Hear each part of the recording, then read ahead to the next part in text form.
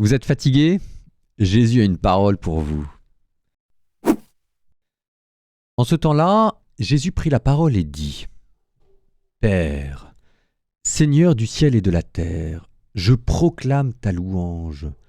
Ce que tu as caché aux sages et aux savants, tu l'as révélé aux tout-petits.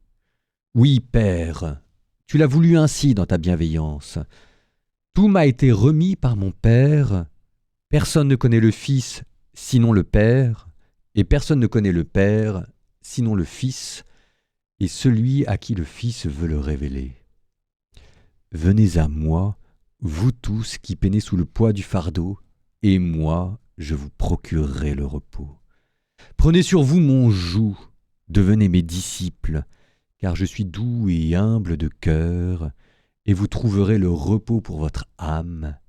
Oui, mon joug est facile à porter, et mon fardeau léger.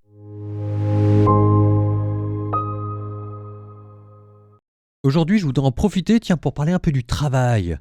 Je suis doux et humble de cœur, et là, c'est Jésus qui vous invite à travailler avec lui. C'est le repos chrétien ne consiste pas dans l'absence de travail, il consiste dans la bonne compagnie qu'il peut y avoir au travail. Et la meilleure des compagnies, c'est Jésus, et c'est ça ce qui rend toute chose légère.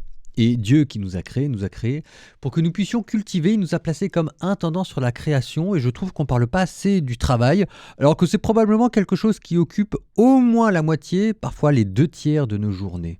Et vous savez, c'est peut-être aussi là-dedans qu'un jour vous allez rencontrer Dieu. Un jour, il y avait un visiteur qui demandait à un vieux moine « Qu'est-ce que vous feriez si le Christ revenait dans 1 heure ?» Et le moine qui répond « Je finirais de bêcher mon jardin. » Moi j'adore, d'abord parce que c'est pas à un moine qu'on va apprendre la spiritualité, et ensuite parce que c'est au jardin aussi où on peut rencontrer Jésus. Donc, 1 ou 2 petits conseils. D'abord, la base de la base de la base de la base, le devoir d'État. Fais bien ton devoir d'État. Saint François de Sales, la dévotion doit être pratiquée différemment par le gentilhomme, l'artisan, le valet, le prince, la veuve, la fille et la femme mariée.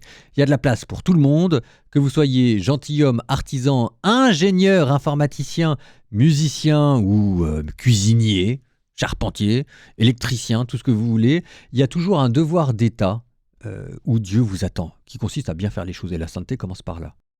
La sainteté aujourd'hui, ça commence pas par partir à évangéliser l'Amazonie, d'ailleurs ils sont plus chrétiens que nous, mais ça commence à répondre correctement aux mails en retard, voire préparer un cours ou changer une couche. Donc, la première question que vous vous posez, c'est qu'est-ce que Dieu attend concrètement de moi ? Ensuite, deuxième principe, travaillez comme si Dieu vous regardait, parce qu'on n'arrête pas de dire que c'est bien quand on travaille avec Dieu, mais placez votre regard sous le travail de Dieu. Vous savez, dans les cathédrales médiévales, il y a parfois des sculptures qui sont cachées à 40 mètres du sol. On se dit, ça sert à quoi de mettre des sculptures que personne ne veut voir à 40 mètres du sol ? Pourquoi est-ce que les sculpteurs se donnaient autant de mal ? C'est parce qu'ils travaillaient pour Dieu. Parce qu'ils faisaient leurs sculptures pour Dieu, et Dieu seul les voyait. Saint Paul, tout ce que vous faites, faites-le de bon cœur, comme pour le Seigneur, et non pas pour les hommes. Donc, lorsque votre supérieur vous demande un truc insupportable, avant une tâche pénible, vous dites « Seigneur, c'est à toi que je l'offre ». C'est une petite attention, mais qui transforme le travail. Petit conseil aussi, troisièmement, c'est ce que je dirais, méfiez-vous du perfectionnisme. Ou alors de l'activisme. C'est pas toujours une vertu. Souvent d'ailleurs, c'est une forme raffinée d'orgueil.